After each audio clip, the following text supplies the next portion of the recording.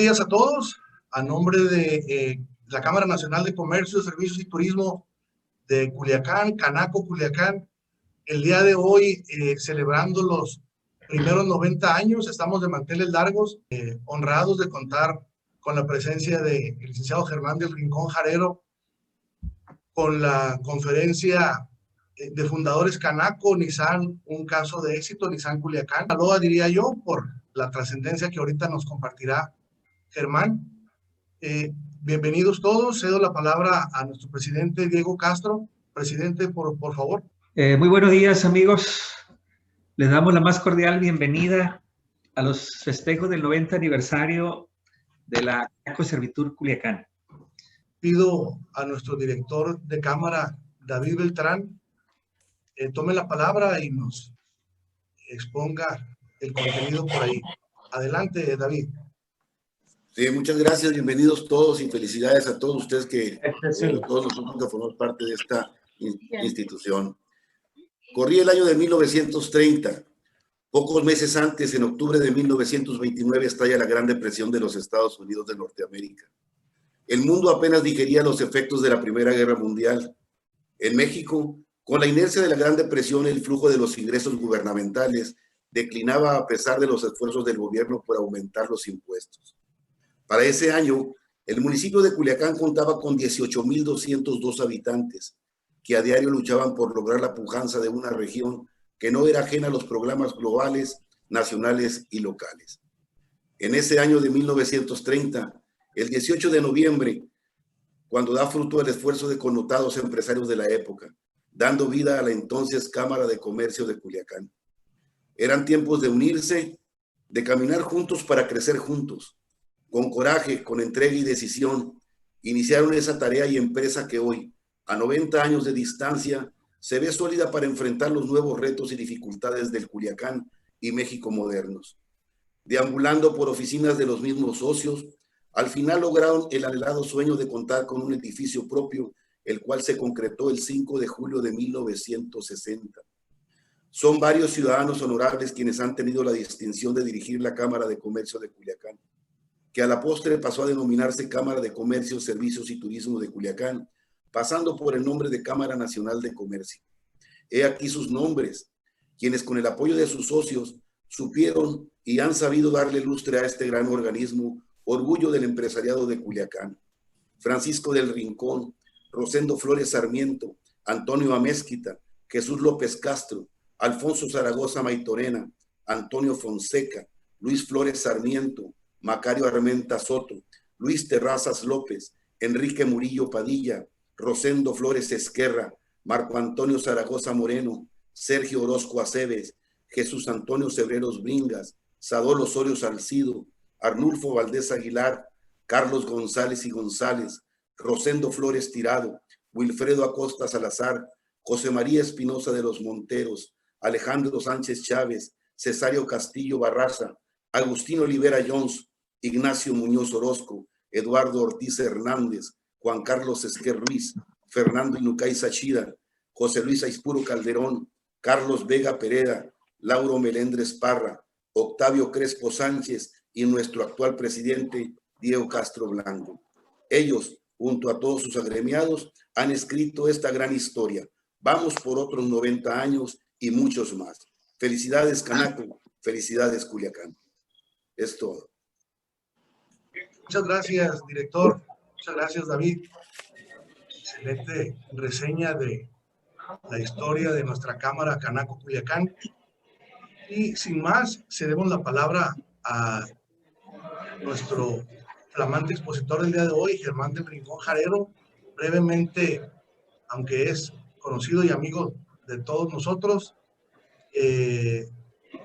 cabe mencionar, Germán del Rincón es director general de Grupo Nissan, Plaza Nissan Culiacán, también de lo que es Renault, y ha sido líder de la Asociación de Distribuidores de Automotores del estado de Sinaloa, en la región, y por supuesto hay mucho contenido en el liderazgo de la empresa y de la familia que él representa. Por eso Cedo la palabra a Germán. Bienvenido, Germán, y gracias. Adelante. Muchas gracias, Sergio. Bienvenidos todos. Otra vez, bienvenidos todos. Muchas gracias. Vamos a tratar de dar una plática, una charla que sea más amena, amigable. Estamos entre puros amigos, así que vamos a dar una explicación y al final vamos a tener preguntas y respuestas, que a mí normalmente se me hace lo más interesante. En esta celebración de Canaco, a mí se me hace que fue justo, y lo agradezco mucho, fue justo lo que representa Canaco desde el principio. Ahorita lo van a entender. Cómo va una historia pegada a otra. La historia de nuestra familia ha ido a la par de la historia de la Canaco Culiacán durante toda la vida, tantos años. Voy a empezar con mi abuelo, don Francisco del Rincón. Él fue de los fundadores de Canaco Culiacán, 1930, y hasta donde yo tengo entendido, no hemos encontrado más registros, pero bueno, me lo ha comentado mucha gente. Fue el primer presidente en 2 periodos, o sea, del 30 al 34. Ya desde ahí se empieza a forjar una historia muy interesante. Don Francisco traía otras ideas y tenía un pensamiento más americano. Veníamos de la recesión de Estados Unidos. Don Francisco venía de Sonora, había sido banquero, lo habían traído a Sinaloa porque Sinaloa era un estado en pleno desarrollo, y sobre todo el Valle de Culiacán, que empezaba a ser un valle agrícola muy potente. Y los banqueros de antes, de los años 40, 50, como lo vemos en películas de Estados Unidos, eran personajes importantes en las ciudades. Era por quien pasaba toda la información, quien analizaba todos los proyectos, decidía si se otorgaba o no el crédito. Entonces, bueno, la gente ahí se formaba y pedía cita y todo. Y don Francisco, viendo todo como estaba en Estados Unidos y con mucha relación con empresas americanas, siempre estaba muy inquieto también viendo qué más se podía hacer. Se dio cuenta que había muchas maneras de hacer grandes negocios aquí, porque él los analizaba todo el tiempo. Y decide ponerse un negocio, pequeños implementos agrícolas o cosas para la agricultura, porque veía que era lo fuerte, pero al mismo tiempo fue muy visionario y empezó a traer pues, los primeros radios que había en Culiacán, las primeras lavadoras, todo lo que podía traer, no nada más de Estados Unidos, sino de Europa.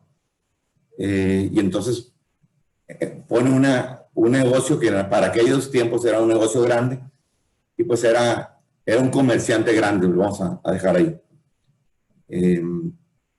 Funda la Canaco con gente que piensa igual que él, que cree que el comercio debe ser también muy fuerte, no nada más la agricultura, y ahí inicia la historia de Canaco, ¿no? Estos 90 años que han sido tan fructíferos y que nos han acompañado en las buenas, en las malas y en las regulares. Siempre nuestra Cámara pues, nos ha apoyado, nos hemos reunido para analizar problemas o para gozar de tiempos buenos también. Muchos años después, estaría también don Jorge del Rincón, mi padre, y como presidente de Canaco en 2 periodos también, igual que mi abuelo, 2 y 2. Y ahí me voy a ir un poquito para atrás para que entiendan. Ahora sí empiezo a relacionar la historia de nuestra familia automotriz con Canaco. Mi abuelo, además de vender implementos agrícolas y otras cosas, se da cuenta que el valle es bastante fuerte y empieza a crecer. El Valle de Culiacán es de los más grandes del país en agricultura, pero no nada más se queda vendiendo implementos agrícolas. Le empieza a gustar pues, todo lo que sea ya más mecanizado, cree en el futuro mecanizado de la agricultura y empieza a idear la idea de vender tractores, pero ve que hay mucho más futuro no solamente en vender, sino también en fabricar. Y va y negocia a Inglaterra con una marca Massey Ferguson, de tractores, y él dice que puede poner un ensamblador en Culiacán. Poca gente conoce la historia de que la primera ensambladora de tractores casi del país estuvo en Culiacán, en lo que hoy es Nissan Aeropuerto, y enseguida es Mapco, más lo que parte de lo que es la Rosera Grusol. O sea, ya había un terreno bastante grande, ¿no? Cerca de 4 hectáreas. Todavía queda algo de lo que fue la fábrica, y ahí se empiezan a ensamblar tractores. Pero al mismo tiempo él se da cuenta de que no nada más se necesitan tractores, se necesitan camionetas y se necesitan muchas cosas para hacer más fuerte, para fortalecer la agricultura. Y busca automóviles. Entonces ya en los 60s, consigue una distribución de automóviles que era Rambler o BAM, Vehículos Automotores Mexicanos, que tenía también Jeep. Entonces él se da cuenta que a través de Jeep se puede ir al campo, hay camionetas también, hay Jeeps sencillos. Y de ahí inicia lo que sería casi un legado automotriz de bastantes años. Empieza con eso. Mi padre se integra con él, mi padre ya ve en México, se casa, trabaja primero en México, en Sears, pero se enferma el hijo que iba a llevar los negocios de mi abuelo. Entonces él manda a llamar a mi papá y lo trae acá como en el año 57, 58. Y pues mi padre se da cuenta que, pues, además de los tractores, de la fábrica, que era ya un negocio muy grande, están los automóviles, le toma gusto a los automóviles. Con Rambler. Sí. Perdón. Con Rambler Jeep. Entonces, llega un momento en que, y es donde iniciamos nuestra historia de Nissan. Bueno, Nissan, brevemente, Nissan se funda oficialmente a principios de los años 30, ya tiene más de 80 años, pero realmente trae sus inicios desde hace mucho más años, como desde 1914, en un taller donde 3 personas, que la primera inicial de ellos forman la DAT, son DAT, como crean un carro pequeño y es su orgullo, le dicen el hijo de DAT. DAT son las iniciales de los 3, entonces le dicen DAT son. Así inicia la historia también de la marca, el hijo de DAT. Pero luego se dan cuenta que Japón no es pegajoso, pero que Japón tiene un sol naciente en su bandera, entonces le cambian la O de son, de hijo, a sun, de sol, una palabra en inglés, entonces ya le ponen la marca Sun, DAT Sun. Y ahí inicia también toda una historia también muy larga. Eso nomás era un comentario para iniciar. Vamos en la misma línea de tiempo. Ya estamos en los 30 y luego ya nos venimos hasta los casi 60. Y cuando estaba mi padre trabajando en la fábrica de tractores, ya era gerente general y además tenía que ver lo de las marcas automotrices de Rambler y Jeep. Se acerca con él un amigo que empezaba a traer carros de esa marca Datsun en un lote, pues, de tierra, y en unos meses nada más, pero la fábrica le dice, si no pones una agencia no vas a poder ser el distribuidor. Entonces ahí es donde iniciamos la historia. Se acerca a esta persona con mi papá y le dice, oye, hay esta marca, dame una cantidad de dinero mejor y vamos hablando para que ustedes sean los distribuidores. Entonces corre el año más o menos 67 aproximadamente, y entonces mi papá va con don Francisco, con su padre, y le dice, oye, hay esta marca, es una marca japonesa, abro un paréntesis ahí, Datsun o Nissan fue la primera marca que sale de Japón, era la más fuerte en los años 40, 50, era una marca muy poderosa. Hacía carros incluso de 4, 6 y 8 cilindros ya en el 49. Ya era la marca más grande en Japón. Entonces, México es el primer país donde Datsun sale y pone una fábrica. De todo el mundo escoge México. No entiendo la razón, pero él dijo que estaba cerca de Estados Unidos. Estados Unidos iba a ser un país fuerte, pero ahí había marcas americanas ya con bastante poder. Entonces México era un buen país para crecer y luego quizá más adelante pues exportar. Entonces, bueno, cierro el paréntesis ahí. Mi papá va con mi abuelo, con don Francisco, le dice, oye, tenemos esta oportunidad de una marca japonesa, son carros pequeños, a México deciden traer solamente los carros más pequeños, aún teniendo una gama muy grande, pues traer un solo modelo que era el modelo Datsun, sedán, guayín y camioneta o estaquitas.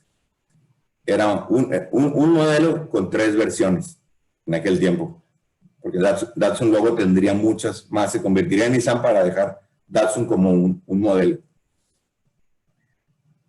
A mi abuelo no le interesa, dice que casi no se gana, que se gana más como industrial, fabricando tractores y además vendiéndolos. Él decía, yo me gano una cantidad por ser fabricante y venderle a diferentes estados alrededor de Sinaloa y gano otra cantidad en donde tenemos la distribución, como Culiacán, El Rosario y algunas otras ciudades donde también tenían sus showrooms para exhibir estos tractores y venderlos. Sin embargo, pues también había otros distribuidores externos en los estados de Chihuahua, Sonora, Nayarit y quizá en más estados.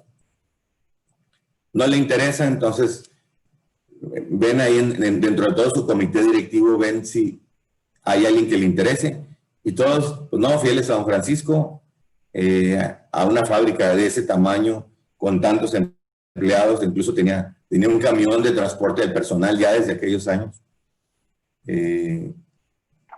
Y entonces mi papá le dice a don Francisco, ok, nadie quiso, yo nomás la quise ofrecer, yo la voy a poner. Mi abuelo se ríe y dice, oye, estás recién casado, no tienes dinero.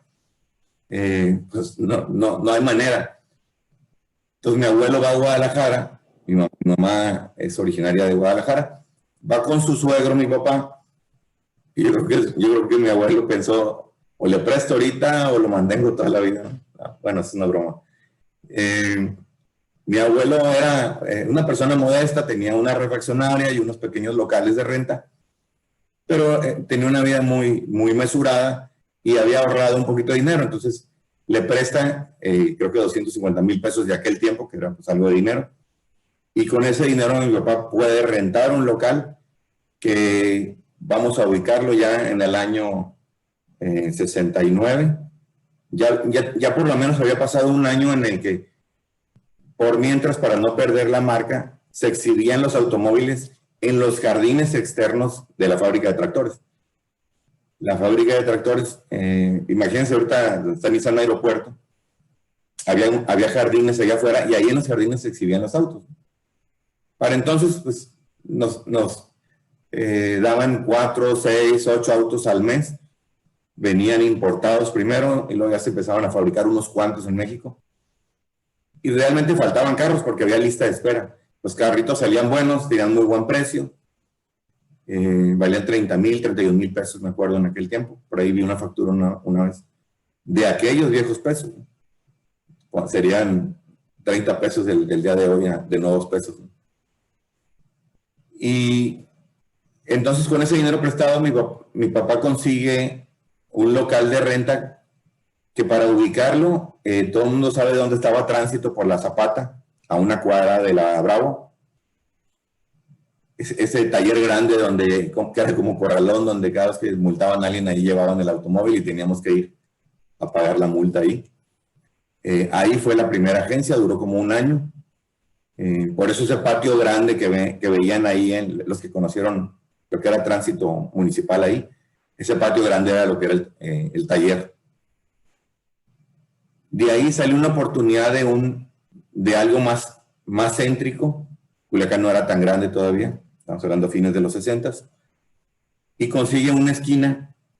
Ya existía el MZ de la Obregón y Zapata, y a una cuadra de ahí, y cerca del estadio de béisbol, que ya existía, un estadio muy antiguo, más de 60 años, consigue comprar una casa pequeña, pero negociando con los de las casas de alrededor, y es la esquina de Zapata y Paliza. Inicia, pide prestado dinero para iniciar una construcción de una agencia modesta, pero ya propia, y por mientras se cambia, se acerca a la Zapata como a muy cerca de la funeraria San Martín, un poquito adelante. Hay un bar, un antro. En aquel tiempo, poco después se convirtió en algo del sindicato de trabajadores, todo. Y para ubicación exacta, pues el día de hoy hay un antro que se llama Osiris. Para que todo el mundo entienda, la mayoría, muchos a lo mejor no saben dónde está, pero Zapata, como a 3 cuadras de la Obregón. Ese local es provisional, yo creo que un año aproximadamente, mientras se construye la ubicación actual de la primera agencia, que luego le llamaríamos Plaza Nissan. Ahí inicia la historia. Oficialmente, un 19 de junio de 1969, ya hace un poco más de 50 años, se construye la primera agencia. Un par de años después es cuando mi papá, y es donde me vuelvo a pegar a Canaco, es presidente en 2 ocasiones de Canaco, y siempre muy cerca de los problemas, no solamente propios, sino de los problemas de la comunidad. Mi padre siempre estuvo buscando ver qué más problemas tenían en común, para ver cómo, si se unían, podrían sacar adelante, sobre todo con gobiernos a veces pues, muy duros de negociar. Y es cuando entra Canaco, 2 periodos consecutivos, siempre muy innovador, siempre tratando de ver cómo se hacían mejor las cosas, y participando en Canaco. Después seguiría participando en otras cámaras, e incluso llegaría a copar hasta la vicepresidencia nacional. Y muy inquieto, siguiendo la misma línea de tiempo. Después, no nada más se queda con los problemas locales, sino se da cuenta que las distribuidoras Nissan tenían problemas similares a nivel nacional y fundan la Asociación de Distribuidores de Automotores Nissan, que hoy se llama ANDANAC, con otras personas, también casi al mismo tiempo, a fines de los 60, donde después sería también presidente a nivel nacional, don Jorge. Entonces, pues hasta ahí vamos con lo que es la historia paralela de Nissan con Canaco. Ahora sí, vamos a entrar a la historia, particularmente de Nissan Culiacán. Desde el año 72, como lo dije, fue de 69 en un local, como año y medio, y luego como otro año aproximadamente más cerca por la Zapata, pero al final, en la ubicación actual de Zapata y Paliza, inicia a mediados del 72. Ya estamos hablando aquí son, ¿qué? 48 años. 48 años en el local actual. Me quedo aquí. ¿Qué pasa en el 72? Vamos ubicándonos. El que no conozca en el contexto de la distribución automotriz en México. En México, en los años 60, existían pues, más de 40 o 50 marcas. Todas las marcas del mundo prácticamente se vendían en México. Había Toyota, Mercedes, Borgward, marcas inglesas, MG. Pero el gobierno decide en aquel tiempo cerrar un poco más la economía de México para ver si así le hacía crecer. Y les dice a todos, el que no tenga fábrica de automóviles en México se va a tener que ir, y el que quiera vender en México necesita fábrica. ¿Y qué sucede en aquel entonces? Que todo el mundo dice, el mercado de México es tan pequeño que deciden irse. ¿Quiénes se quedan? Se quedan lo que le decían las 5 grandes, porque tenían fábrica en México ya muy fuertes, que era Ford, General Motors, Chrysler, Volkswagen y Nissan. 5 marcas. Y el gobierno de la República, el gobierno de México, era dueño de una fábrica en Ciudad Sagún, donde después construirían las líneas del metro. Y el mismo gobierno siguió construyendo todavía unos años más las marcas Rambler, Jeep y Renault. O sea, tendríamos lo que equivale a 8 marcas.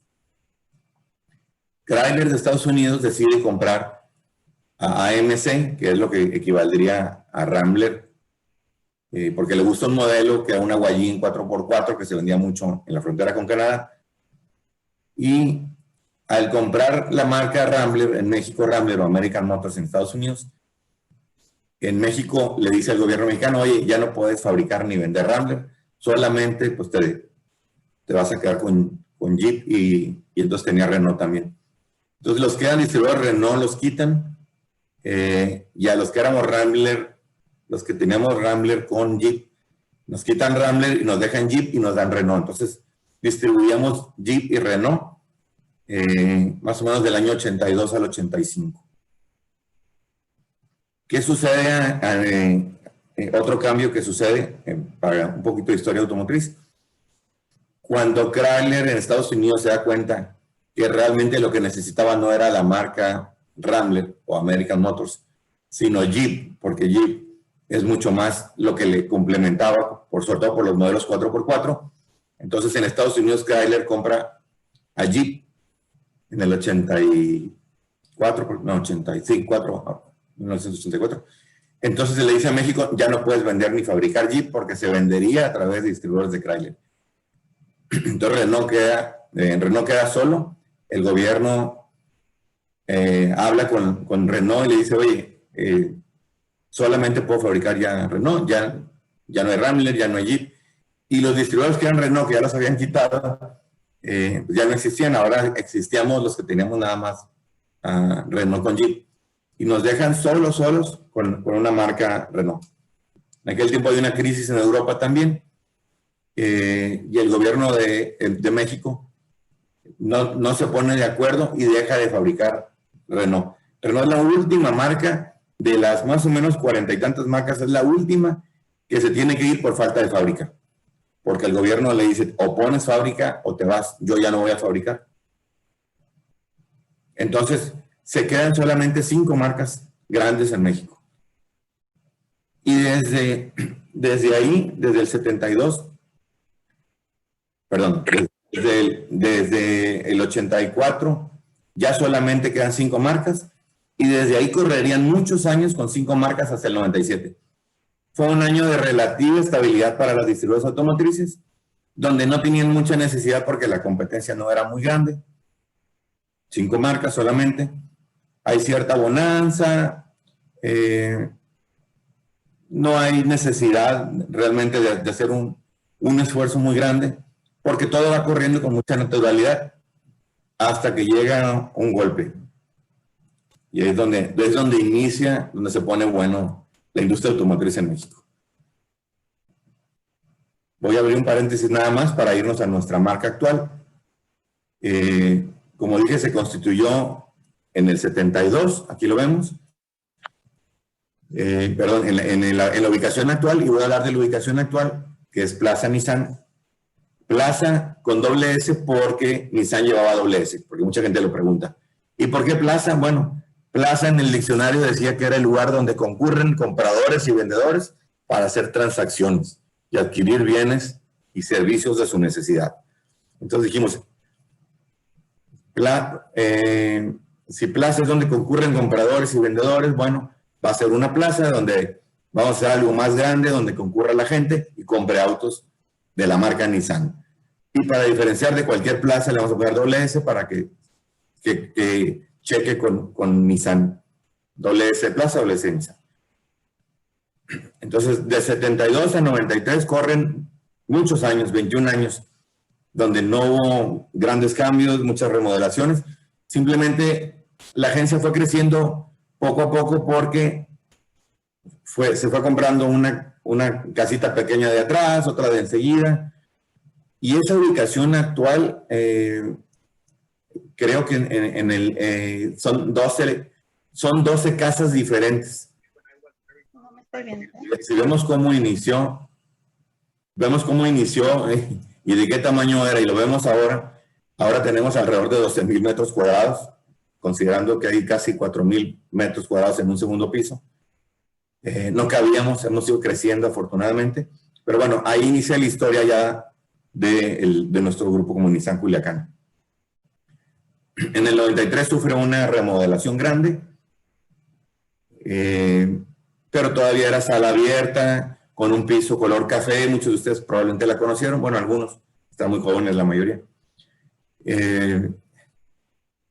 Otros no, como mi amigo Sergio Bolívar. Y en el 93 hacemos una gran remodelación y se ve ya más o menos moderna, pero bueno, ¿qué problema teníamos ahí?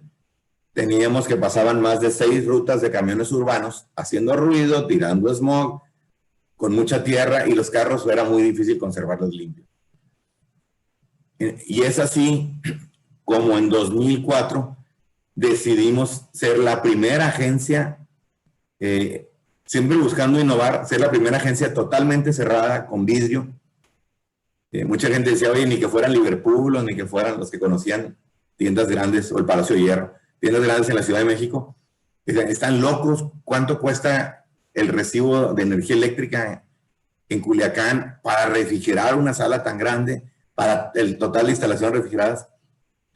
Y es que no hay otra manera de que los carros luzcan, se exhiban con un piso color claro, no café, sino piso blanco para que brille, que haya más luz. Entonces hacemos un showroom totalmente diferente, tomado de ideas de muchos viajes y viendo showrooms en diferentes partes de Estados Unidos, de México o de Europa, con aire acondicionado y todo. Entonces nos convertimos en la primera agencia así. También a los pocos años, 72, se empiezan a vender autos en Guamúchil. Esa es una historia pues, que vale la pena después contarla, pero es muy curiosa porque es una persona que que tenía una carreta de mariscos y nos dice, yo soy cliente y quiero vender y yo les ayudo. Mi papá confió en ella, una señora Virgen Parra se llama. Y le presta un carro, luego le presta 2 y empieza a vender 3 al mes y así. Y luego pone una palapa y ahí empieza a exhibir. Para el 74 se decide poner ya completa una sala de exhibición grande con taller y todo. Entonces, se convierte en la primera sucursal y empezamos a crecer. Y solamente por línea de tiempo, en 99 se pone la segunda sucursal, que inicialmente no eran sucursales. Guamúchil era Automar de Cortés SASB, una SA diferente, y Aeropuerto se llamaba Distribuidora Automotriz Aeropuerto SASB, o sea, también diferente, no tanto como sucursal. Hasta aquí es línea de tiempo de nuestra marca. Y bueno, al mismo tiempo, pues buscamos cómo es parte de la estrategia. Ahorita la voy a mencionar, ahorita solamente menciono. Teníamos un punto de venta en Forum durante 12 años y Contrecurs, que actualmente está. Que eso también fue mientras se pensaba en algo más grande. Ahora sí, me regreso, después de todos los comentarios que hubo en medio, y me regreso a la historia automotriz en México. ¿Qué sucedió? Ya habíamos hablado que habíamos llegado hasta el año 85, donde la última marca que quedaba con fábrica, el gobierno decide ya no fabricar, entonces no hay fábrica, y Renault es la última que se tiene que ir porque el gobierno ya no quiso fabricar, entonces ya no hay fábrica. Renault se va como se fueron todas las demás marcas por falta de una fábrica en México, porque son inversiones de muchísimos millones de dólares. Hay fábricas que valen entre una pequeña 800 millones de dólares como referencia. Una fábrica grande vale más o menos 2,000 millones de dólares. Y muchas negociaciones y mucho tiempo. ¿Qué sucede en el 95? Ya solamente quedan 5 marcas, ya se habían ido las demás, todas las que no tenían fábrica. Pero a fines del 94 viene la peor devaluación que ha tenido México en su historia. Se desbarata el país. Se deteriora tanto la moneda y considerando que casi todos los componentes son importados, o más del 80% en aquel tiempo eran importados, viene un problema muy serio. Tienen que subir demasiado de precio los carros, pero además hay inventarios muy grandes en las marcas. Ni a precios anteriores es posible vender y se cae la venta 90%. Estamos hablando ya de marzo, abril del 95. La devaluación fue el 19 de diciembre del 94. Y ahí viene un rompimiento, lo que yo le digo el punto de quiebre para la industria automotriz. Si no sucede esto, no sé hasta dónde hubiéramos crecido o no, qué teníamos que hacer. Estaba negociando hacer algo más, un tratado de libre comercio, se buscaba con Estados Unidos. Pero bueno, la realidad es, hay 5 marcas, se vende solamente 10% de lo que se vendía antes y empiezan a quebrar las agencias. La mayoría empieza a despedir 30 o 50% del personal. Yo me acuerdo de algunos grupos que voltearon y dijeron, corre la mitad de la gente porque se va a vender mucho menos de la mitad. O sea, no había una decisión más lógica, solamente era la manera de bajar gastos, es esa. Es un corredero de gente por todos lados y era una crisis no como esta. Hemos tenido 3 crisis, 95, 2008, 2009, Lehman Brothers, que esa fue mucho más fuerte en Estados Unidos que en México, y la actual con la pandemia. A mí me ha tocado vivir las 3 y créanme que son totalmente diferentes. La peor por mucho fue esta, 1995. Se cae el 90% de la venta, pero no nada más eso, no se le ve fondo al túnel, porque seguiría 96, seguiría 97, seguiría 98, y no estamos hablando de la crisis como la actual, ¿qué diferencia hay? Aquí reventó abril, cerraron las agencias, nos cerraron los showrooms, nos prohibieron vender automóviles, pero solamente abril. En mayo, y gracias a la era digital y todo, hubo una creatividad para poder seguir vendiendo. Y el día de hoy ya casi recuperamos y estamos todavía hablando de solamente 7 meses. Estamos hablando casi de recuperar la venta. Entonces, nada que ver unos cuantos meses contra años de crisis. Aquí fueron años de crisis. Todo el mundo se tiene que reinventar. Esa es la palabra. Nos tenemos que reinventar, tenemos que decidir qué vamos a hacer. En el caso de nosotros tomamos una decisión. Fuimos la única marca que la tomó. No despedir a nadie. Yo junté a toda la gente, bueno, nos tocó platicar ahí, nuestro equipo directivo con toda la gente y les dijimos, ¿qué pasa si no despedimos a nadie? Hay 2 posibilidades. Una, que nos vaya muy mal, no alcance para la nómina, que era muy difícil pagar la nómina. O 2, como todo mundo, era nuestra manera de pensar era, si todo el mundo corrió, vendedores y corrió a todos, y se va a vender muy poquito, bueno, si se vendían 1000 carros y ahora se van a vender 100, 1000 entre todas las marcas, nosotros vendíamos como 150, un mercado repartido entre 5 nada más. ¿Qué va a suceder? Alguien tiene que vender esos 100 autos y nosotros los tenemos que vender. ¿Por qué? Porque si no despedimos a nadie, necesitamos vender casi lo que vendíamos antes y tenemos que ser muy creativos para lograrlo. Claro, es muy fácil decirlo y es fácil y es muy difícil que te lo crea la gente que esté en ventas.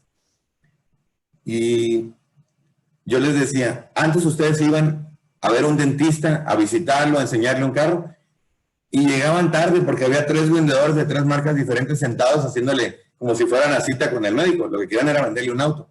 Ustedes van a llegar y van a ser el único, porque ni pacientes ni vendedores van a llegar y el dentista probablemente los va a atender. Entonces, alguien tiene que atender a toda esa gente porque las demás marcas no quieren atenderlos o no pueden atenderlos. Bueno, eso es solamente la anécdota de cómo era la manera de pensar de nosotros, mucho más audaz por un lado, pero mucho más... nosotros hemos pensado que tenemos una... no quiero decir la palabra obligación, pero nuestra manera de pensar siempre es que tenemos que contribuir con la comunidad y tenemos que contribuir con nuestros clientes externos e internos. Y yo le decía a la gente cuando hablaba con toda la gente en aquel tiempo, tenemos que conservar el empleo, tenemos que buscar la manera de cómo reducir gastos al mínimo. Y solamente una anécdota, pero no me quiero alargar mucho aquí ya. Llegó un momento en que yo les dije, no alcanza ni para comprar conitos de tomar agua. Por favor, tráiganse una taza o un vaso y pónganle su nombre. Y cada quien cuide mucho su vaso. No va a haber ya ni conos. no alcanza ni para eso.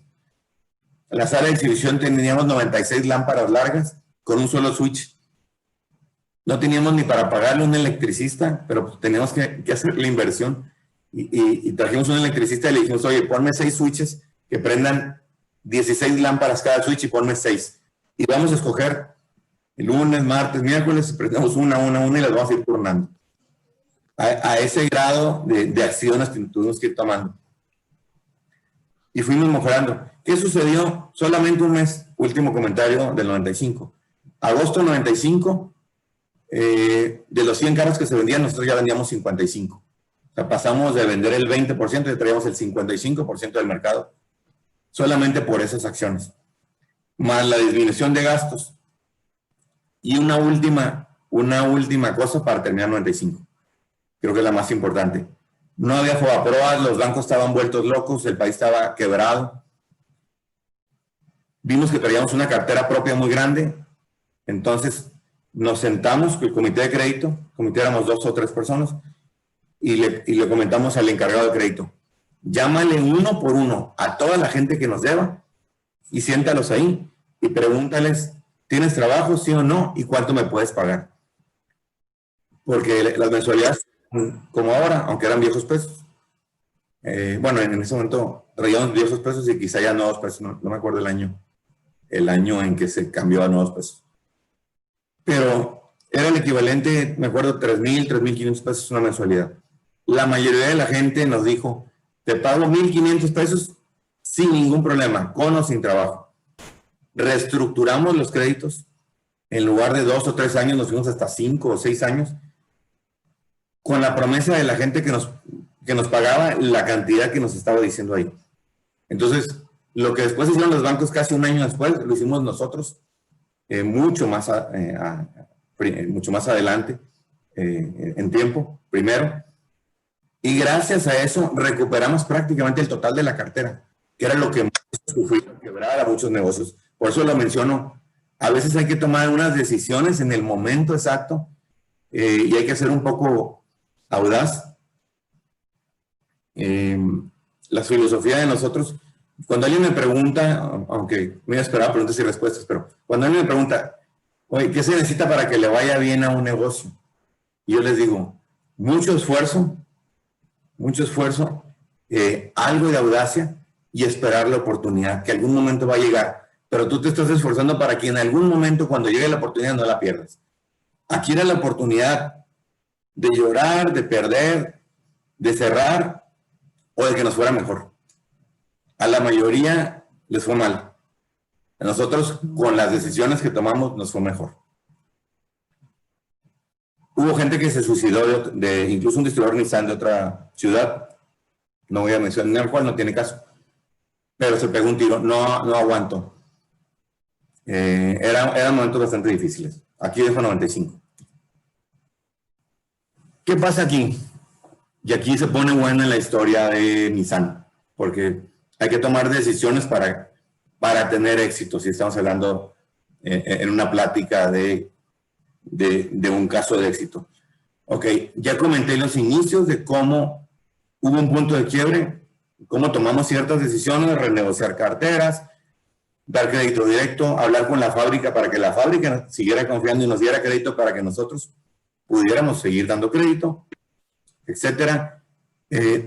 Traíamos una cantidad de autos muy grande, casi 300 carros de inventario, y se iban a empezar a vender 20 y tantos o 50 o 30, dependiendo cada mes. Pero además había algo curioso, cada mes subían los carros muy fuerte porque pues una devaluación. Nosotros teníamos deuda con 8 bancos en ese momento a una tasa del 17, pero la tasa era variable. 17 era la que habíamos firmado.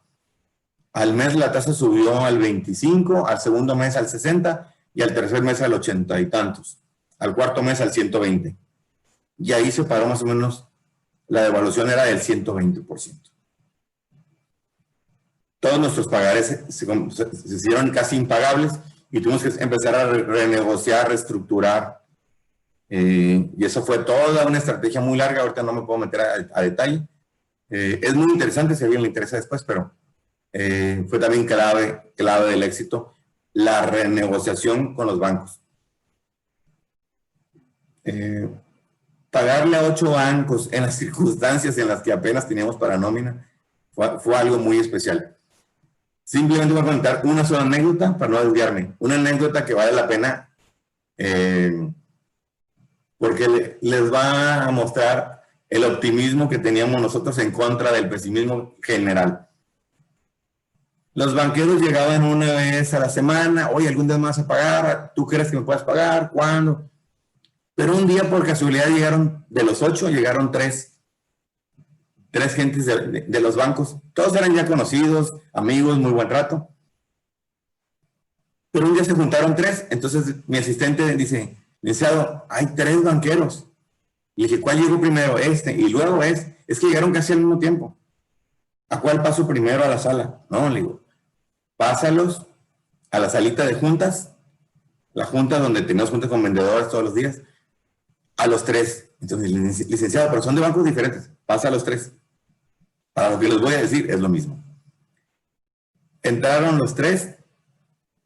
En aquel tiempo todas las negociaciones con bancos las hacíamos el señor Crescencio González, que era nuestro subdirector general, muy querido amigo, que en paz descanse, y yo.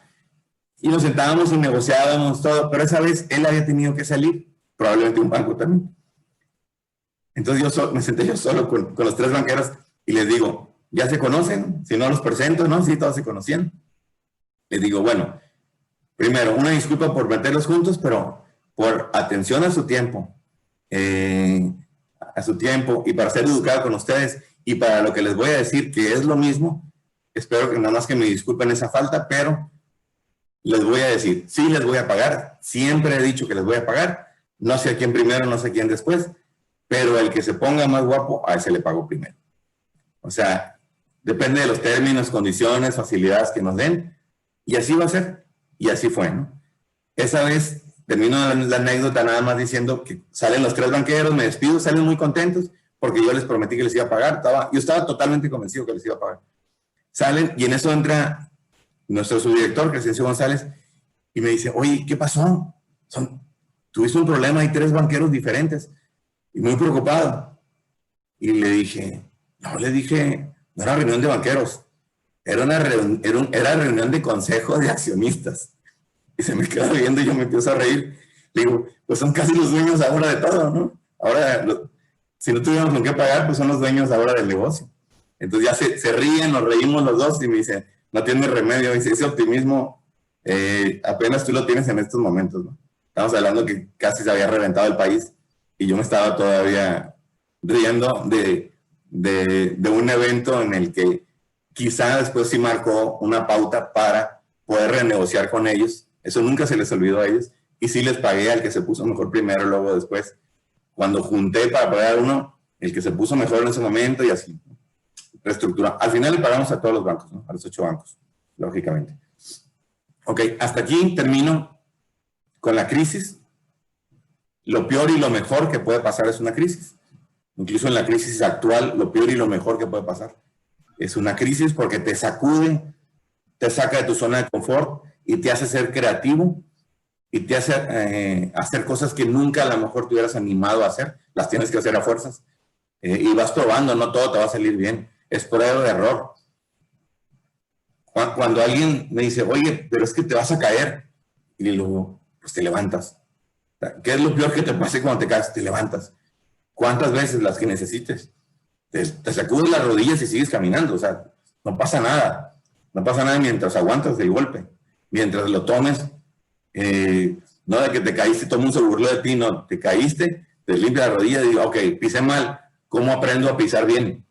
O sea, ¿qué aprendí de cada vez que me caigo? Eso es lo más importante. Y ahora sí, termina la crisis y empieza a mejorar el mercado. Vamos a tratar de ir un poco más rápido.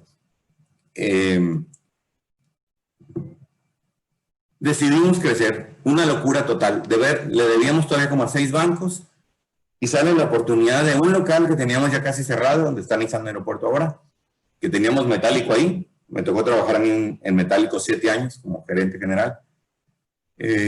Aprendí mucho porque era un negocio que estaba casi en crisis y lo llevamos al segundo lugar estatal en venta de aceros. Nuestro amigo Sergio conoce bien la historia. Diego Castro. Conoce bien nuestra historia. En metálico. Y teníamos ese local. Entonces yo me atrevo a ir a México y le digo a Nissan, y se necesita valor para hacer eso debiéndole a los bancos que le debíamos. Y le digo a Nissan, oye, yo sé que hay otros interesados en vender Nissan en Culiacán, pero yo soy el más interesado, porque soy el número 1 en ventas, porque he capturado la parte más grande del mercado. Y necesitamos crecer. Para entonces Chevrolet ya iba a abrir una segunda agencia. Entonces yo decía, necesitamos abrirla. Nissan como que se resiste, me dice, hay crisis, espérate, tal.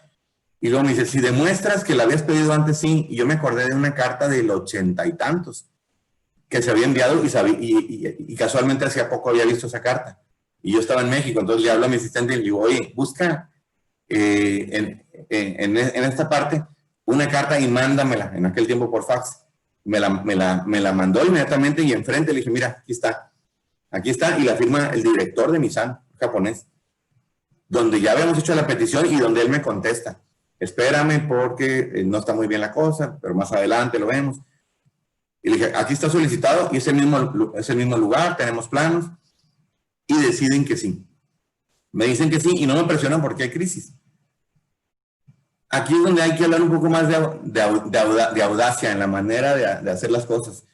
De audacia, de ahorro, de ser conservador en algunas cosas, pero también de ser aventado, ¿no? Aventado dentro de tus límites. No teníamos dinero, le debíamos a bancos. Me encuentro una promoción de piso y compro el piso, como todo el mundo en sus inicios, casi recién casado, va haciendo poco a poco las cosas. Yo me acuerdo que compré el piso y lo guardé, no teníamos dinero para instalar el piso, ni teníamos dinero para poner una agencia en ese momento, pero yo compré el piso y lo guardé. ¿Por qué? Porque ese es el optimismo que te hace avanzar. Primero es el piso y luego lo instalaremos y luego vamos a comprar lo que sea. Y así se fue formando Nissan Aeropuerto. Hasta que tardamos 2 años, cerré con lámina para que no se viera fuera lo que estábamos haciendo adentro, pero era coser a fuego lento, despacito. Entonces, bueno, en un momento abrimos, ahorita me adelanto ya a lo demás, a Nissan Aeropuerto. Y también vemos oportunidades de abrir nuevos puntos. Aquí está una foto de la inauguración de Nissan Aeropuerto. Aquí se encuentra del lado derecho, ven a mis papás. Está el director de Nissan Mexicana, que era japonés, Hiroshi Yoshioka. Está mi esposa Diana, estoy yo. Heriberto Félix estaba en representación del gobierno también, de desarrollo económico. Y en medio de Heriberto y yo estaba siempre Crescencio González, que me enseñó bastantes cosas del negocio. Y del otro lado está mi papá hablando en el mensaje inaugural. Este era Nissan Aeropuerto. 99. Esto es, ¿por qué es tan valiosa esta foto?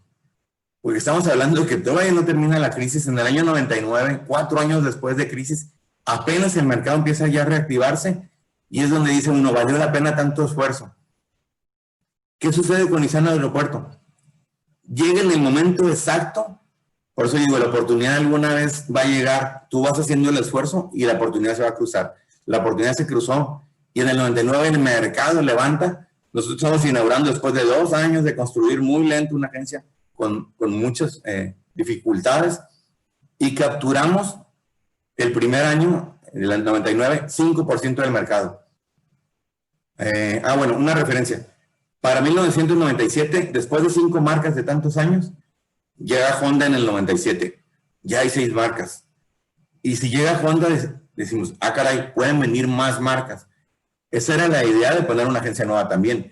Porque si venía Honda, vendrían muchas marcas y en no mucho tiempo. Por eso habría que capturar todo el mercado antes de que llegaran las demás. Que es lo que hizo Oxxo aquí antes de los 7-Eleven. Pregúntame en cuántos 7-Eleven hay en Culiacán. Ninguno. ¿Qué dijo Oxxo? Es mi mejor mercado del país. Y tengo, no sé, 50. En un año tenía 120 y ahorita no sé cuántos Oxxos haya. Pero es lo mismo.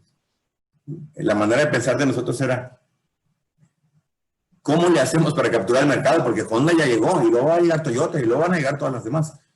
Efectivamente, en el año 2000 empezaron a llegar las demás. me acerco ya más al final. Y decidimos que no nada más era una agencia. Claro, no vamos a llenar de agencias porque no da para tantas agencias, pero decidimos acercarnos al mercado, siguiendo la idea de Oxxo, decir, ok, vamos abarcando los lugares. La plaza más grande, con mucho más afluencia de la ciudad, era Forum. Teníamos que estar en Forum. No había locales en Forum. Había un local en la entrada, lo que es ahora enfrente está la entrada de Caliente y Coppel. Había 3 locales cerrados ahí. Entonces voy con la plaza y les digo, oye, tienes 3 locales cerrados. Hubo una nevería, cerró y todo, pero yo necesito los 3, que es puro frente. Son 5 metros de fondo, apenas cabe un carro.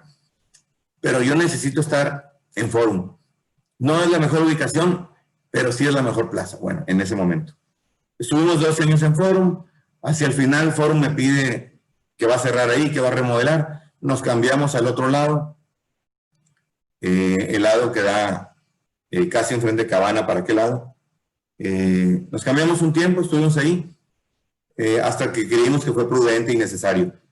El año pasado, justamente antes de la pandemia, y es así, es cuando tú te das cuenta que ya no es necesario ese punto, estamos cubriendo de otra manera el mercado. Decidimos cerrar, si no estaríamos pagando una renta de aproximadamente 100,000 pesos cada mes, que ya era imposible pagar, no valía la pena. Pero vimos crecer un corredor automotriz y vimos llegar un montón de marcas y dijimos, ok, ya tenemos 2 agencias, 3 serían muchas, entonces vamos a acercarnos a lo más que se pueda. Adquirimos un local en Country Course, como fuimos los primeros, escogimos el local donde está el edificio y donde había Lucobón, que es muy parecido a Lucobón color plata, que es ese material que tiene ahí, del mismo color de las agencias, que checó muy bien porque parecía como una mini agencia. Es grande para adentro, más de 200 metros cuadrados, cabían varios automóviles, y negocio también parte del estacionamiento como exhibición, si no, no nos hubieran visto, ¿no? Entonces negocio es entrada donde se ven esos automóviles ahí. Entonces ya teníamos Forum, ya teníamos Country, ya teníamos Guamuchil. Aquí está algo del desarrollo, como el logotipo de Plaza Nissan lo convertimos ya a una imagen institucional a nivel mundial. Cambiamos los letreros y entonces tuvimos que hacer esos movimientos. Y rápidamente me voy a la última remodelación, 2004, Plaza Nissan actual, Zapata y Paliza, lado izquierdo, lado derecho, la entrada al taller. Y esta fue pues la primera agencia grande, ¿no? Que nuestro grupo, siendo yo segunda generación, es donde empezamos y donde a partir de ahí fuimos creciendo. Esto es también ya después de la última remodelación, donde vemos el del lado izquierdo del taller, y un sueño que yo tenía era el segundo piso, casi 4,000 metros de segundo piso, donde ya se ve ahí el techo, ya es el segundo piso, está lleno de carros en la parte de arriba, y un taller ya mucho más grande. El lado derecho, pues, showroom actual. Y aquí vemos las otras 2 agencias. Lado izquierdo, Nissan Aeropuerto, inaugurada en el 99. Lado derecho, Nissan Automar en Guamuchil. También, y ya con las imágenes actuales todavía.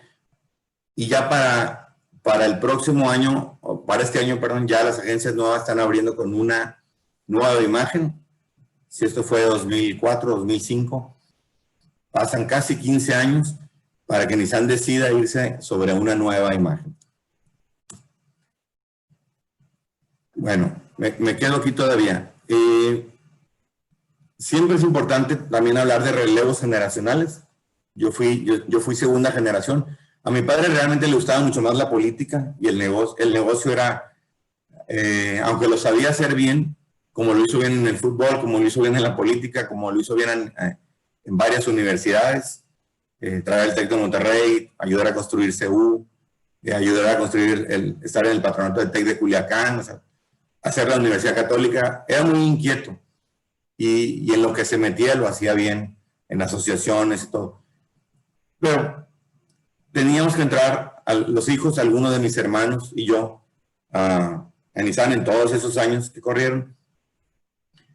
Los últimos 25 años me ha tocado estar a mí, dirigiendo a Nissan, todos estos cambios. Y quiero hacer nomás un comentario muy breve.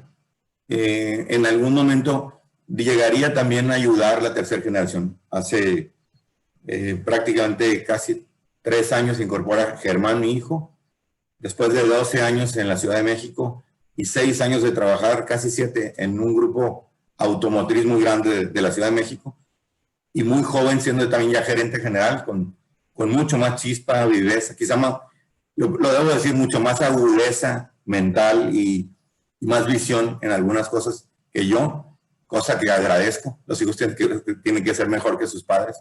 Para eso nos esforzamos, para que salgan mejor. Y Germán entonces toma muchas visiones. Actualmente es subdirector de una de las divisiones. El ingeniero Raúl de la Mora es subdirector de otra, tenemos divididas las funciones. Unas las tiene Germán, mi hijo, otras tiene el ingeniero Raúl de la Mora. Y también un año después, o sea, hace 2 años, se incorpora otro de mis hijos, el menor, Gerardo, donde Gerardo toma todo el lado de créditos. Justamente llegó a tiempo, y es lo que a veces, no sé si son cosas del destino o es la oportunidad que yo siempre digo que llega cuando uno se esfuerza. Gerardo llega antes. Gerardo es mucho más calculador, es mucho más conservador en algunas cosas, tiene muy buenas ideas, pero es el mismo, parecido a mí, el mismo, mucho más metódico y más estructurado en la manera de tratar de hacer las cosas. Y él toma todo lo que es crédito, cobranza y todo, y justamente empieza a reestructurar toda la manera de hacer las cosas antes de que llegue la pandemia. O sea, cuando llega la pandemia nos toma con que él ya llevaba más de 1 año reestructurando y haciendo diferente las cosas, un comité de crédito y todo. Entonces, bueno, nada más lo quiero informar. Y al mismo tiempo de eso, Gerardo también toma la responsabilidad de Mitsubishi, que es la noble de la marca Renault, que le iniciamos en 2002, y porque no es el caso de Nissan, pero bueno, nomás la menciono dentro del grupo de nosotros. Renault empezamos en 2002, ahora estamos en Culiacán y Mazatlán, y Mitsubishi a partir de este año. Y termino mi plática diciendo, es hora de contraatacar. Estamos en crisis, y en las crisis donde vienen las oportunidades. En el corredor automotriz están casi todas las marcas, prácticamente faltan 2 o 3 marcas, y en CountryCurso es muy pequeño. Es hora de ubicarnos también ahí por una tercera agencia en la ciudad y en la mejor ubicación de todo el corredor, exactamente pegado al Congreso. Si en el corredor original, porque había un corredor original que era desde el Seguro Social, estaba Plaza Nissan, desde ahí hasta donde está Capaza, cerca del aeropuerto, ese era el corredor original, y ahí estaban todas las marcas en algún momento. Y éramos la primera. Y luego fuimos casi la final del corredor con Nissan Aeropuerto. Solamente estuvo la otra Chevrolet que está más cerca del aeropuerto. Pero éramos el primero, el principio y el final del corredor original. Entonces tomamos una decisión otra vez audaz. Sería una locura pensar en pandemia hacer una agencia. Sin embargo, este proyecto lo tenemos en mente hace más de 3 años, negociando con los dueños del terreno más de 2 años, que al final toma la decisión de hacer una plaza muy grande. Yo quería poner todas las agencias ahí, pero ellos deciden otra cosa, hacer una plaza. Y somos la primera agencia, pared con el Congreso, donde tomamos la decisión de cambiar el nombre original que le íbamos a poner, porque es Plaza Congreso junto al Congreso. Entonces decimos, bueno, vamos a crear una zona que se llama Zona Congreso, donde va a estar el Congreso, Nissan Congreso, la Plaza Congreso, y del otro lado de la plaza, pegado a MLU, va a haber una nueva agencia, y ahí va a estar Mitsubishi, también del grupo de nosotros. Que no sé si van a decir Mitsubishi Congreso o no, pero bueno, la lógica creo que sí. Esta nueva agencia, aquí termino, es con lo que culminamos una historia de éxito, una historia de audacia en algunas cosas, de ser conservadores, pero lo más importante, que creo yo, para mí no son los locales lo que hacen un negocio, son las personas. Hemos cuidado a nuestra gente, le hemos tratado bien toda la vida. Y eso es lo que nos ha dado el éxito que hasta ahorita hemos tenido. Vamos a cerrar casi la pandemia, o dentro de la pandemia, con la tercera agencia, que es muy grande, es enorme. Esto es como la cuarta parte de lo que se alcanza a ver en esta foto. Llega hasta la calle de atrás, es inmensa. Y tiene un segundo piso enorme también de oficinas. Pero esto es lo que hay que hacer cuando hay una crisis, voltear y ver cuál es la oportunidad. En algún momento el mercado va a cambiar, en algún momento el mercado se va a levantar. Lo vimos en la primera devaluación, cuando la crisis del 95, en el 97 ideamos dentro de toda la cabeza llena de crisis, ideamos la manera de que cuando terminara la crisis fuéramos los más grandes. Este es el mismo ejemplo otra vez. Es tomar el buen ejemplo. Tomamos la pandemia, tomamos lo peor, reestructuramos, bajamos gastos, todo lo que se tiene que hacer. No corrimos gente y en esta ocasión no teníamos necesidad de correr gente porque podemos mandar, cambiar de lugar mucha gente y repartir gente de las dos agencias hacia la tercera agencia. Eso nos ayuda mucho y creo que la gente puede estar agradecida por eso, porque conservaron su empleo cuando todo el mundo corrió gente. Entonces, yo les agradezco mucho su atención y esta es nuestra foto inicial, todavía no está terminada, pero bueno, queremos que en un mes más o menos ya estemos operando en Nissan Congreso. Muchas gracias. Agradecidos, Germán, agradecidos a todos los que asistieron a presenciar este caso de éxito. Juan Carlos Góngora, muy agradecido a los expresidentes, empresarios, medios de comunicación. Y bien, en el marco de estos festejos, otorgamos el presente reconocimiento al licenciado Germán de Rincón Jareiro por su valiosa participación en la conferencia Fundadores Canaco, Nissan Culiacán, un caso de éxito,